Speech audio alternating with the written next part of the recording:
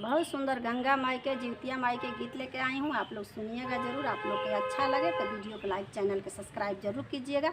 आप लोग के दिल से धन्यवाद। सासू बोलिया बोलली हो रामा जेठानी मारे हो ताना। सासू बोलिया बोलली हो रामा जेठानी मारे हो ताना। साईयानी दर्दी हो रामा बाजीनी हो बनावल। साईयानी दर्दी हो रामा बाजीनी हो बनावल। बाजीनी बनावल हो रामा घर से हो निकालल। बाजीनी बनावल हो रामा घर से हो निकालल। ओही जैसे रोवत तिरिया गंगा गली ओड़ारवा।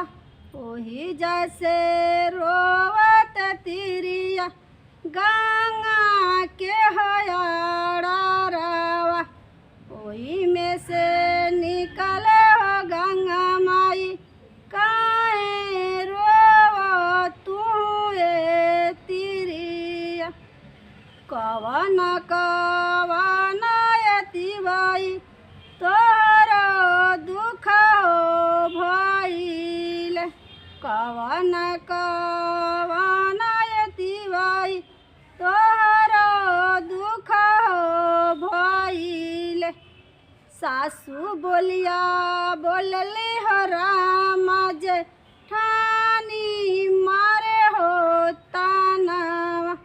साईयानी दर्दी हो रामा बाजीनी हो बनावल।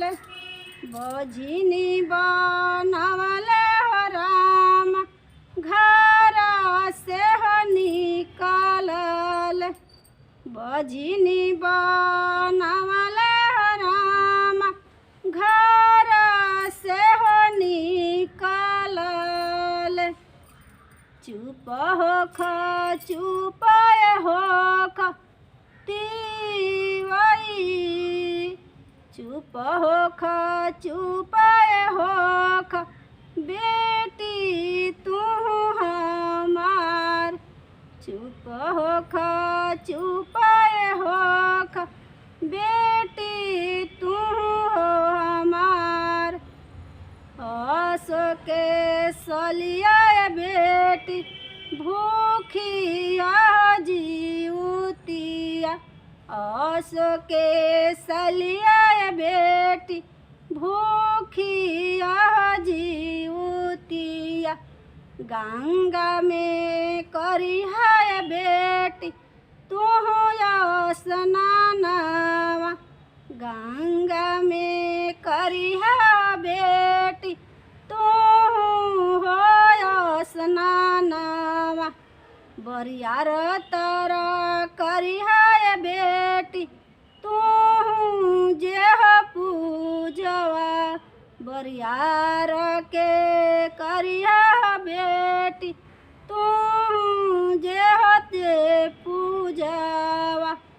अगली साल भरी है बेटी तोहरो जे हो गोदिया। अगली साल भरी है बेटी तोहरो हो गोदिया। अगली साल खेली है बेटी आगाना में हो ललनावा। अगली साल खेली है हो बेटी आगाना में हो ललनावा।